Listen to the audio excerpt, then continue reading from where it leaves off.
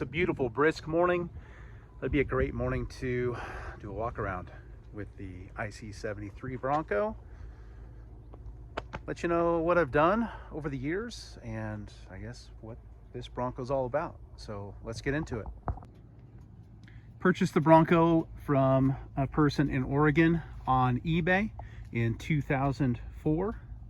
Drove it for about a year and then began the complete frame up restoration, build, customization of this 73 Bronco, which I've aptly named the In Contempt 73, the IC73, just because, well, we've battled it out throughout the years putting this whole thing together.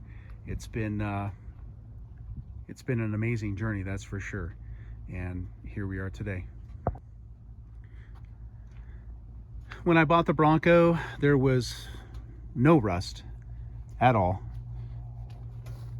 The left rear quarter panel was hacked up just from prior owner or owners having put in a whole bunch of different fender flares and stuff throughout the years, and it was just oil canned and, you know, no good. So picked up a new piece and just replaced that left rear quarter panel.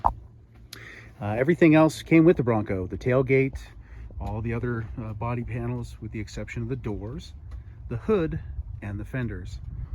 So years ago, picked up the fiberglass cowl induction hood from Wild Horses 4x4. They had it on clearance because it had some damage to it that needed some TLC. So got a good deal on it, picked it up, and obviously had a lot of time over the years to work on it.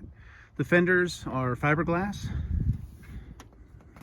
and the fenders that were on here had just looked like they had been through the Rubicon twice backwards. The doors were off of a donor Bronco. A gentleman here locally in northern Nevada sold them. They had some speakers on the interior, and so that stuff was just patched up and new steel put in there. And then the modification to the door hinges that allows them to be lifted off. All new components, weather stripping, etc. We'll just stay on the outside for now. So yeah, the body itself, excellent condition. The underside, excellent condition. So the entire tub was removed, of course, and the underside was completely stripped down and treated with POR 15 and SEM undercoating, and then painted over that. This stuff is really strong. I'm happy with it. The frame itself was stripped down and treated with rust bullet. Rust bullet was used inside and out of the frame, and then the rust bullet top coat was used. And as far as modifications to the frame, I put two plates, one on the inside, one on the outside of the frame for the steering box. And then the bolt holes that go through the frame are actually filled up with a 120 wall crush sleeve welded on both sides. And that goes for every single bolt that goes through the frame. There's a crush sleeve that goes through those. Going back even to the radius arm drop brackets, and then the cross member attachment for the traction bar, which we'll get into here in a second. Yeah, so the frame started there and started with the tub, and just spent painstaking hours cleaning, fixing, repairing, and putting it back together. And then once all that was painted and cleaned up with a 2-inch body lift, a couple of reasons. I did want some height on top of the lift kit, but also some clearance for the engine, 351 Windsor. It just gives us lots of space and working space. The suspension's a 5.5 inch lift kit, springs, progressive rate springs from Wild Horses. And then early on in the build, I had picked up the cage double shock hoop and extended radius arms for a 5.5 inch lift. And I could not be happier with how strong and how stout those are. The gentleman that started Cage a long time ago, I think, just over the top quality. So we're underneath here since we're down on the ground. Got Dana 44 up front, Chevy disc brake conversion, backing plates are powder coated. The Dana 44 up front is stock, so it's an open front end. There's no locker in there. The drive line is actually from high angle drive lines, and that was custom built for this. All new ball joints, the entire front, everything is brand new under here. Reconditioned, refurbished, or custom. I'm running a C4 automatic. I'll post the details of what is inside. I'll post the details of the internals on the C4. It's got a lot of good parts in it, to include a B&M deep sump pan, which just gives us more fluid, more cooling. Also got a cooler on the transmission itself, dual fan, which gives us another quart or so, which again helps for cooling. Dana 20, rebuilt by the same folks that built the transmission, twin sticked, and then a custom DOM Heim jointed traction bar.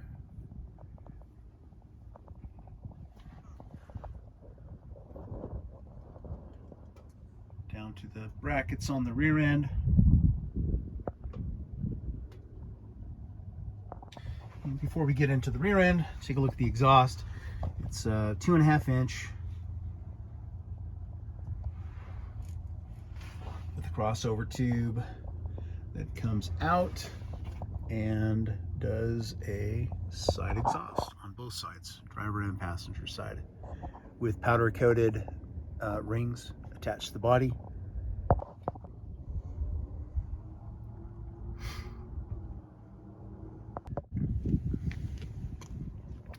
And then we'll just continue here at the rear of the vehicle. So the rear bumper is a dual shear, dual swing away, custom built bumper that holds a 35 inch spare, matching spare, a high lift jack,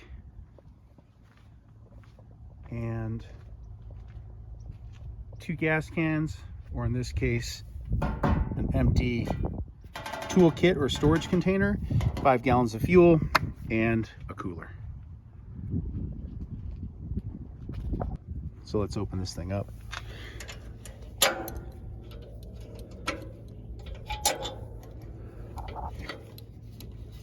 It's designed and set up to put locks on there if you chose to do so. Yeah, it swings open pretty easy, and goes all the way to the locking position.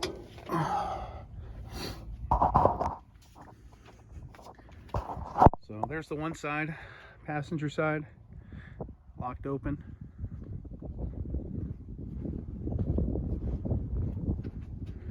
There's clearance everywhere. The jack is mounted in as an integral part of the bumper. Took a long time to kind of just figure it all out and make it up as I went, but this is what I came up with. I'm happy with it.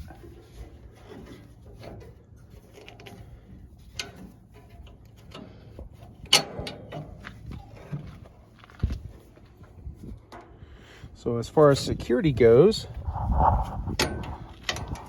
with regards to the gas cans, is they come out from the inside of the bumper, held in with a strap, And so if you were to use a padlock here, then of course the bumper would be completely secured. So that's something that it was designed to do. But this way, you know, you kind of keep the honest folks out of there. And again, clearance all the way around. Yeah, it's a little dark. Let me turn this thing around.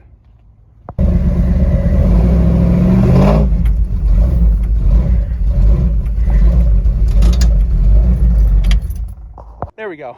Now we've got some light on the subject. So yeah, that's the rear bumper right there, opened up wide and lots of clearance. For everything to be out of your way, and that way you can drop tailgate. And there it is.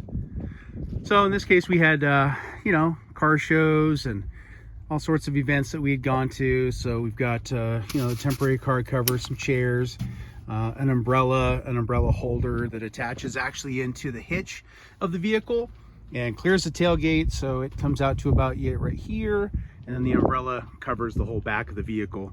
Something kind of cool for car shows and that.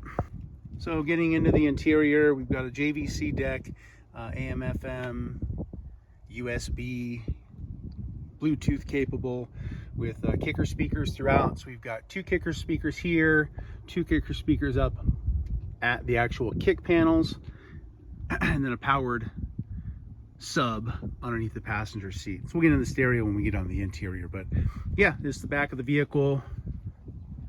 Bumper, 8-point roll cage.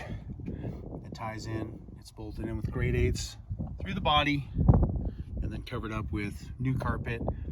All the trim on the inside of the vehicle is powder coated black, including all the mounting screws, which are stainless steel. So the heads are powder coated black. And then, yeah, we've got everything powder coated, stainless, button heads, as much as we could use. The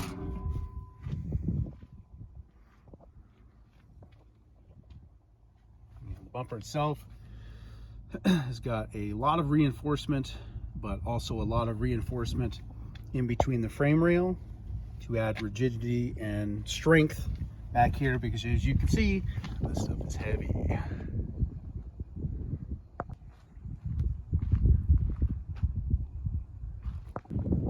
Let's take you over to the other side.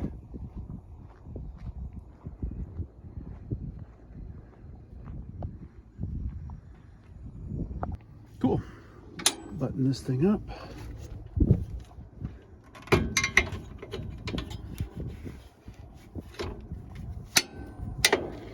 There's one. And we'll bring in number 2.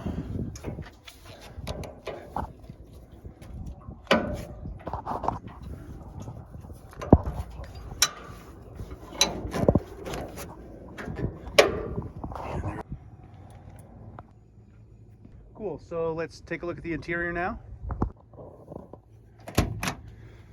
Okay, so there we are. There's the interior. Okay. All right, let's get into it. So here's the interior. Starting with the big stuff, I guess we go with the 8-point cage. It is just bolted into the body, easy enough to tie it into the frame at any one of the 8 mounting points. All grade 8 hardware through there. Like I said earlier, all the trim that is inside the Bronco, whether it's on the floor or up here in the windows, that's all powder coated black, including the door panels. The seats, best stops, there's actually a cross bracket that's welded into the roll cage or the roll bar and gusseted, and then the seats are actually mounted to the roll bar itself. So you can see kind of almost maybe front and back. They're adjustable. You do get some adjustability. They are moved all the way to the back right now. So if you were like super tall, you'd be tight. 5'10", and I drive it comfortably. You know, steering wheel and all that stuff. So as far as controls go and monitoring, we've got the Holley Sniper EFI in here, and I opted to mount the actual monitor up here for the driver to be able to read everything, you know, all the time. It's really nice, and it's right here for the driver to be able to monitor things in the blink of an eye. So the factory gauge cluster was refurbished and redone, put back in when this thing was finished and put on the road, and we just turned 3,000 miles on it. All the gauges on here work. Temp gauge wise, that does work as well. We've got a second sending unit in there, so there's some redundancy because you've got the temp gauge on the Sniper EFI, and then just redundancy. I figured we've got a gauge here, let's keep it working. So second sending unit, oil pressure works, all this stuff works. There's your stereo. So you've got your primary main fans. This is the main power switch for that. And we have two cooling fans. We'll get to that underneath the hood, but one cooling fan is a separate standalone with its own temp control, and that is the primary cooling fan. And we've got a secondary fan that is controlled by the Holley Sniper, and that is also so that one's connected to that electrical system, so they're not on the same system. New ignition, a couple of 12-volt outlets, lights work, right? This is the original four-way flasher, and that doesn't do anything. It's just there for aesthetics. Wiper washer, this is the original style switch that's here. It is not wired because we don't have wipers in here. I've got a couple of auxiliary switches. The primary auxiliary switch runs the four lights that are up front, and the secondary auxiliary 2 is going to run the ditch lights that are on the side mirror mounts. So we'll get those wired up this week. As far as the defroster, yeah, all of these cables, everything works. What I've done here is, instead of having a manual valve for controlling the heat and the cool, in other words, so this electronic servo replaces that manual lever and cable style switch that was in there before, and we'll show you that more under the hood. Climbing up in here. So yeah, JVC removable faceplate. In here is your primary fuse panel, and this is the Painless primary fuse panel. And this is one of the, well, this is the first style of painless wiring that was done for the early Broncos specifically, and that was literally like one of my first purchases back when I first bought this thing. And then it just sat and sat and sat until years later we ended up, you know, doing the build. As far as what this is housed in, that's actually a PVC box that would be used in like a residential setting.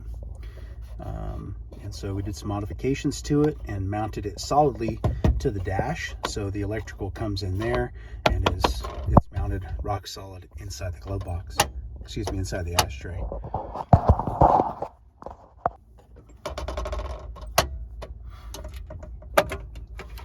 And there's your glove box, full of all sorts of goodies, but no gloves.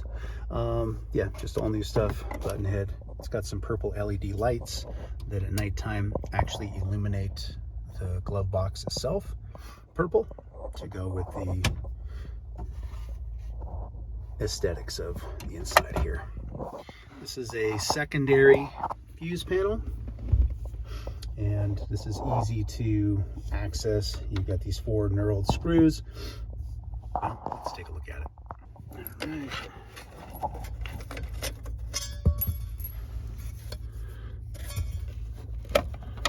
That's it. So once we pop that off, you have some secondary power supplies. So we brought in 12 volts and have 12 volts set up inside of there. The flashers are already set up inside there. The original Painless, those things just kind of flopped in the wind. So those are epoxied in, and then if you need to, you can just replace the flashers. You got just some secondary electrical that's in there, and I've got the entire electrical build book saved. And yeah, everything works just fine. Doors open and close, windows up and down, no problem.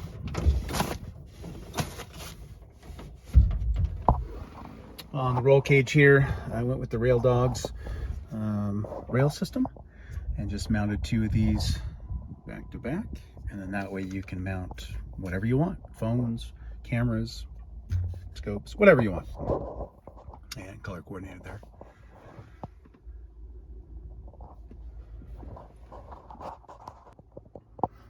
And it's just, I guess, the interior from driver's position. It's got an OG seat with new padding and new vinyl. Yeah, it's dusty, but otherwise new. Well, grade 8 hardware holding everything together when it comes to safety. Center console with center console stuff. And then here in the back, you can see that's actually a fold down cup holder.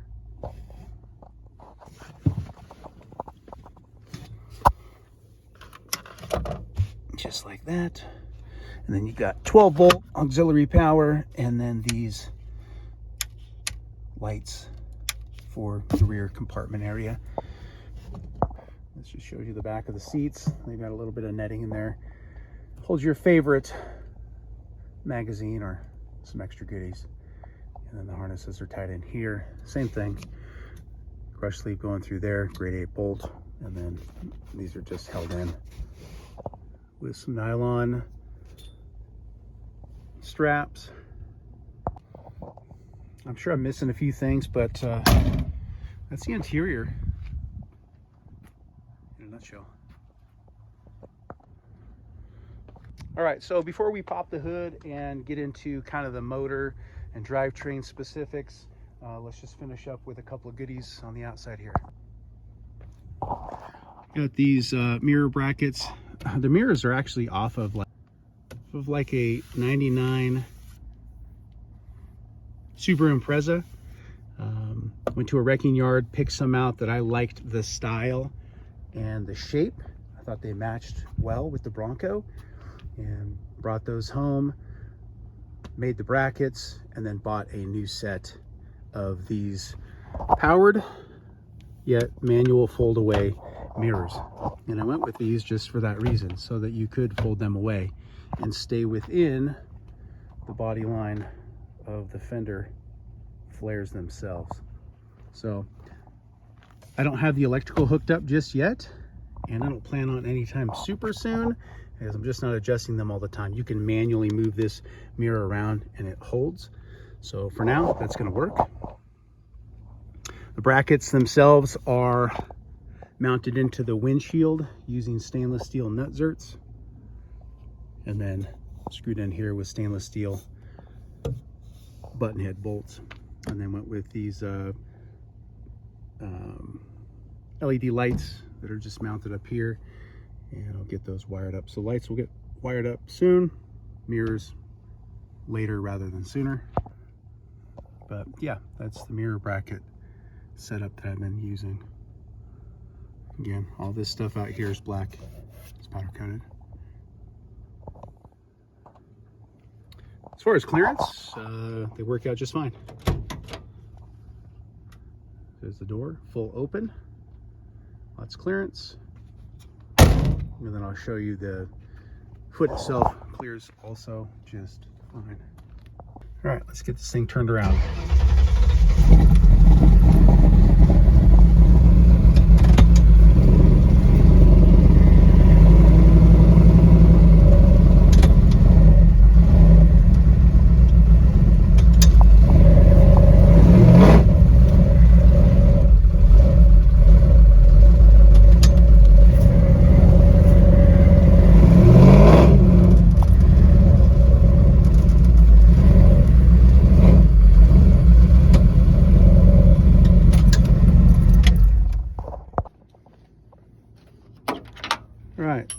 So let's get to the business end of things.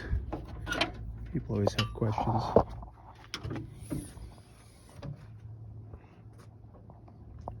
Cool. So just finished up these brackets. As you can see, these are actually Wild Horses strut kit.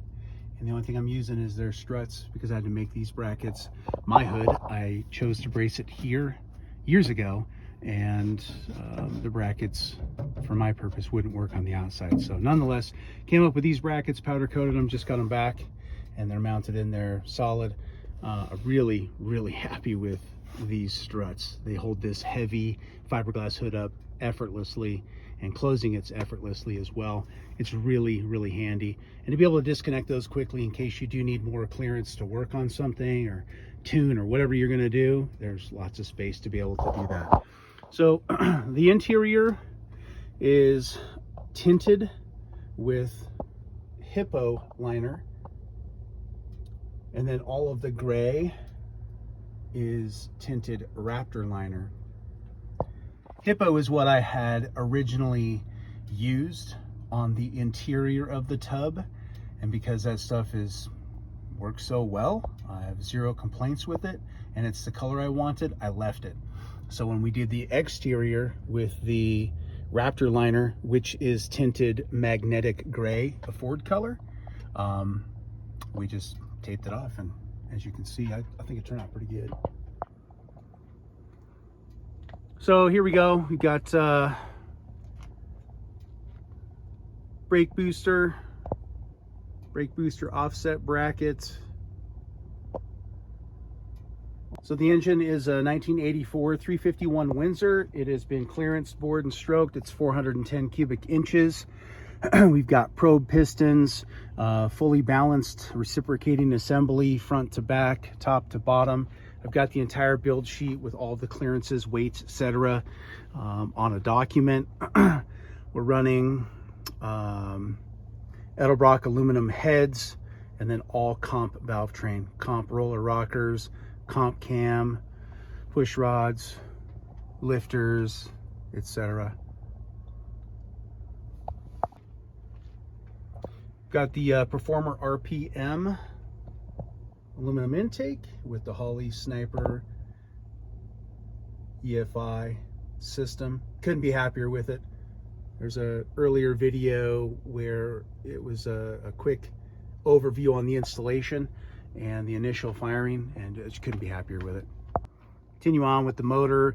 Got all MSD ignition with an MSD box and MSD rev limiter.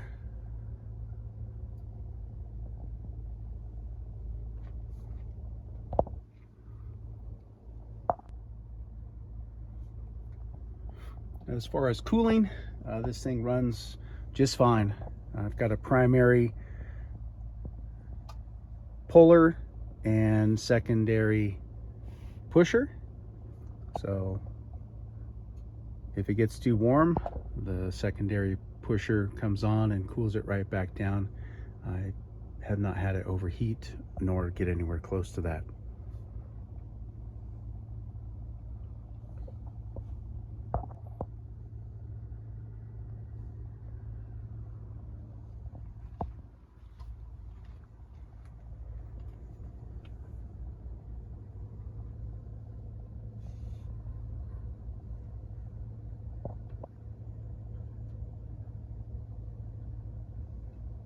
Transmission cooling, got a dual fan setup with additional capacity inside that transmission cooler, and those are set to turn on.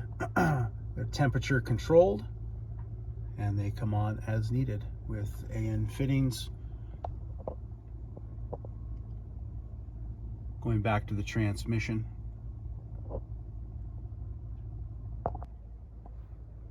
Connected to a slight stall converter, custom built, and the C4 automatic, which will have the build sheet published somewhere in this video just to show everything that's in there.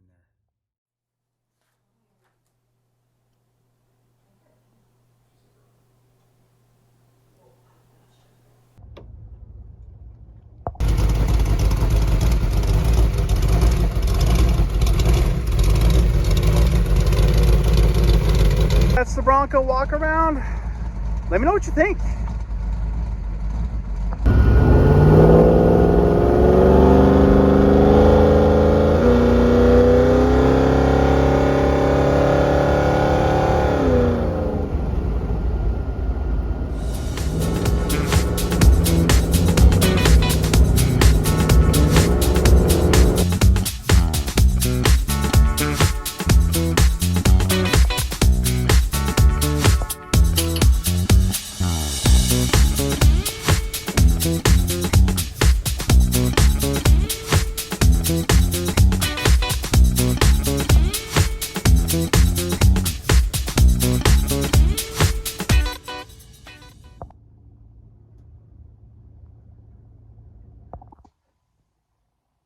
Well, that's it for today. The walk around of the IC73 Bronco.